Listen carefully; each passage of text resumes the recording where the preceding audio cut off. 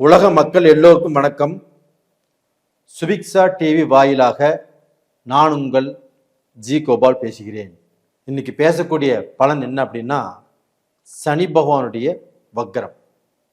இந்த சனி பகவானுடைய வக்ரம் ஆகப்பட்டது ஜூலை மாதம் 13ஆம் தேதி ஸ்டார்ட் ஆகி நவம்பர் மாதம் 28ஆம் தேதி முடிவடைகிறது.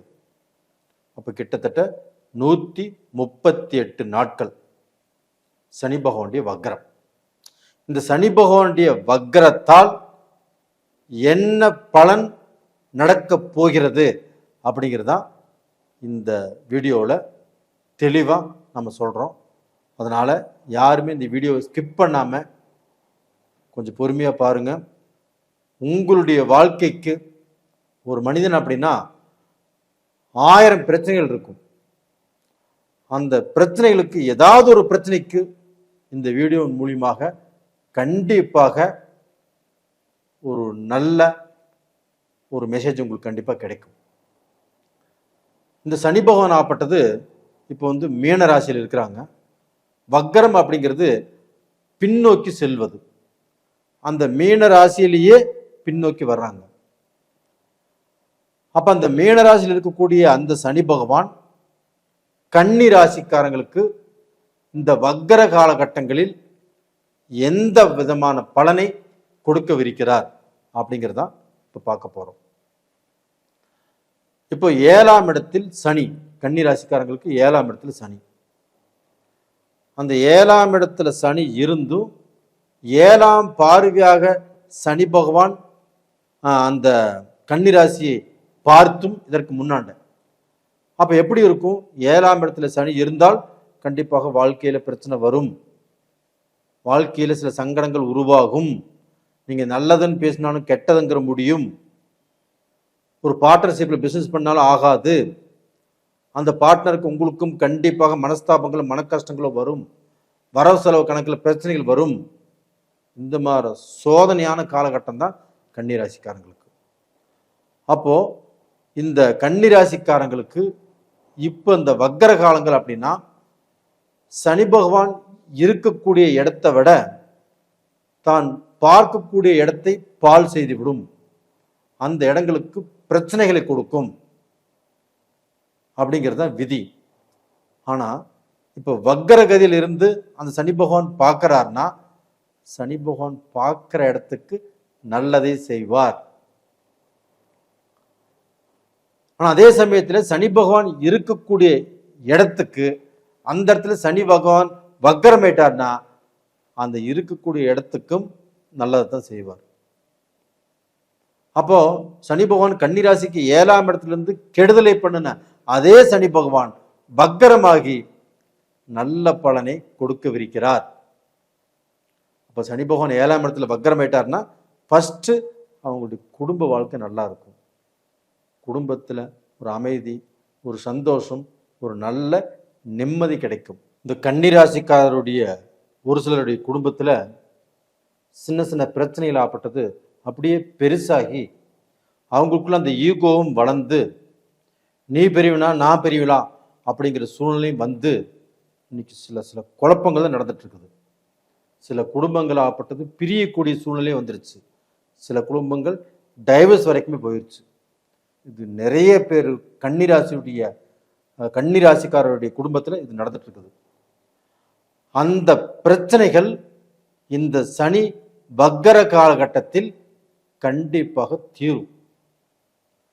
இது போக பார்த்தீங்கன்னா அந்த சனி பகவான் பார்க்கக்கூடிய இடம் 9ஆம் இடத்தை பார்க்குறாங்க. கன்னிராசிக்கு 9ஆம் இடத்தை சனி பகவான் 3ஆம் பார்வையாக, அதுவும் வக்ர கதியில அந்த சனி பகவான் 9ஆம் இடத்தை பார்க்கும்போது கண்டிப்பாக சனி பகவான் அந்த 9ஆம் இடத்தை பார்த்து கன்னிராசிக்காரங்களுக்கு உங்களுடைய வாழ்க்கையில ஒரு நல்ல அந்தஸ்து, நல்ல மரியாதை, நல்ல கௌரவம், உங்களுக்கு பூர்வீக சொத்துல இருந்த பிரச்சனைகள் எல்லாமே சால்வ் ஆகி உங்களுடைய உறவுக்காரர்கள் உங்களுக்கும் பகை, சங்கடம், சலிப்பு, இந்த பிரச்சனை எல்லாமே வந்து நீங்க பிரிஞ்சிருந்தாலும் கண்டிப்பாக அந்த உறவுக்காரங்களையும் இந்த சனி வக்கர காலங்கள் கண்டிப்பாக சேர்த்து வைக்கும்.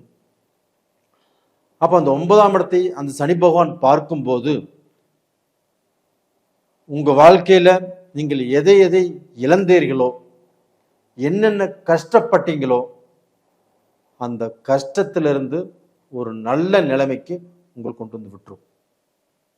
அது போக அதே சனி பகவான் வக்கரகதியிலிருந்து உங்களுடைய ராசியவே பார்க்குறாங்க.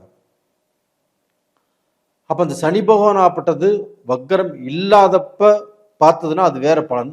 சனி வக்கரகதியிலிருந்து உங்கள் ராசியை பார்க்கும்போது கண்டிப்பாக உங்களுக்கு தனி தைரியம், தனி தெம்பு. அப்போ இந்த சமயத்தில் உங்களுக்கு அறிவு வேலை செய்யும். உங்களுடைய அறிவு திறமையால் நீங்கள் எதிர்பார்த்த அந்த வேலைகள், அந்த வேலையில் நீங்கள் போட்ட உங்களுடைய அறிவினால, உங்களுடைய புத்தியினால, அந்த வேலையில் நீங்கள் பண்ண இன்வெஸ்ட், அதாவது உங்களுடைய அறிவு திறமையினால அதற்கு இப்போ சன்மானம் கிடைக்கும். அதே சமயத்தில் இப்போ கன்னிராசிக்காரங்க உலகம் பூராவும் முக்கியமான வேலையில் நல்ல போஸ்டிங்கில் இருக்கிறீங்க. அந்த போஸ்டிங்கில் இருந்தும் நல்ல முன்னேற்றம் இல்லை, நல்ல வருமானம் இல்லை, ஒரு சிலருக்கு நல்ல பதவி கிடைக்கல, இது மாதிரி எவ்வளோ ஒரு குறையோடு வாழ்ந்துட்டு இருக்கிறீங்க. அந்த குறைபாடுகள் இந்த பீரியடில் கண்டிப்பாக நிவர்த்தி ஆகும்.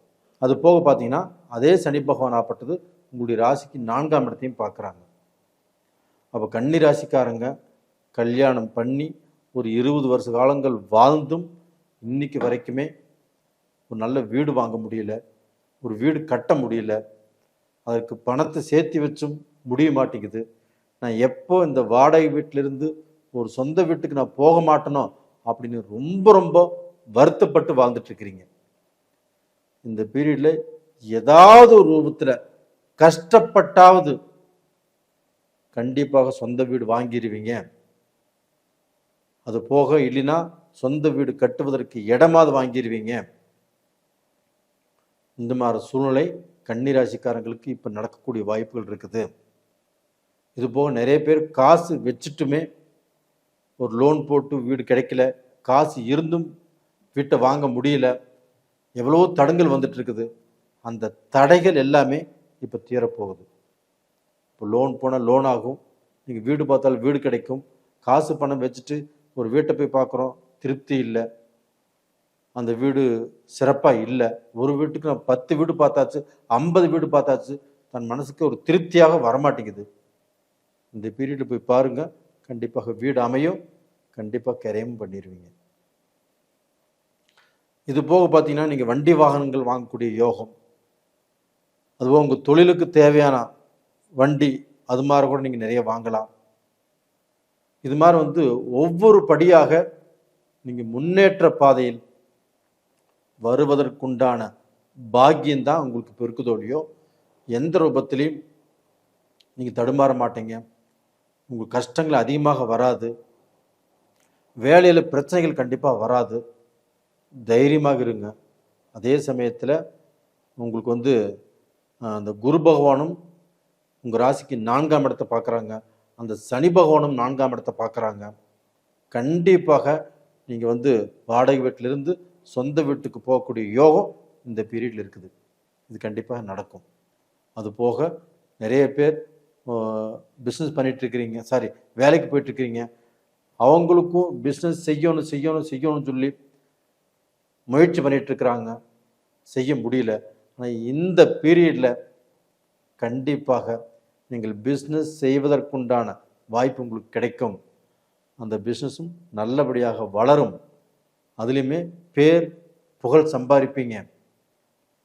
டோட்டலாக பார்த்தீங்கன்னா நீங்கள் இப்போ இருக்கிறத விட, இதற்கு முன்னாடி இருந்ததை விட இப்போ உங்களுடைய நிலைமை மாறும், நல்ல நிலைமைக்கு வருவீங்க, கண்டிப்பாக நல்லா இருப்பீங்க. இந்த சமயத்தில் நீங்கள் வணங்க வேண்டிய தெய்வம் எது அப்படின்னா, உங்களுடைய ராசிநாதன் புதன் பகவான், திருவெண்காடு கும்பகோணத்து பக்கத்தில் அந்த கோயிலுக்கு போயிட்டு வாங்க. அப்படி இல்லைன்னா பெருமாளை கும்பிட்டு வாங்க. ஏதாவது ரூபத்தில் உங்களுடைய கஷ்டங்கள் தீரும். நீங்கள் என்ன பிரார்த்தனை பண்ணுறீங்களோ அந்த பிரார்த்தனை கண்டிப்பாக பலிக்கும். நல்லபடியாக பிரார்த்தனை பண்ணுங்க. கண்டிப்பாக உங்களுக்கு இந்த பீரியடில் உங்களுடைய வாழ்க்கை ரொம்ப நல்லா இருக்கும், நல்லா இருப்பீங்க. நேயர்களே, இந்த பதிவு பிடிச்சிருக்குன்னு நினைக்கிறேன். லைக் பண்ணுங்கள், சப்ஸ்கிரைப் பண்ணுங்கள், உங்கள் நண்பர்களுக்கும் இந்த வீடியோவை ஷேர் பண்ணுங்கள். அது போக நிறைய பேர் எனக்கு ஜாதகம் அனுப்பிச்சிருக்கிறீங்க, அனுப்பிச்சு ஜாதகம் பார்க்க சொல்கிறீங்க. இப்போ உங்கள் எல்லாத்துக்கும் என்னுடைய நன்றிகள். இப்போ என்கிட்ட ஜாதகம் பார்க்கணும் அப்படின்னா எல்லாருக்கும் ஜாதகம் அனுப்பிச்சிட்டு இருக்கிறீங்க, ஒரு 15 நாள் ஆகும். அதனால் அந்த 15 நாள் கொஞ்சம் பொறுமையாக இருந்து ஜாதகம் பார்க்குறவங்க பாருங்கள். ரொம்ப அர்ஜென்ட்டாக பார்க்கணும் அப்படின்னா உங்களுக்கு தெரிஞ்சவங்க அனுபவம் வாய்ந்த ஜோசியர்கிட்ட போய் பாருங்கள், தப்பு இல்லை. நேயர்களே, உங்களிடமிருந்து விடைபெறுவது உங்களின் ஜி கோபால். நன்றி, வணக்கம்.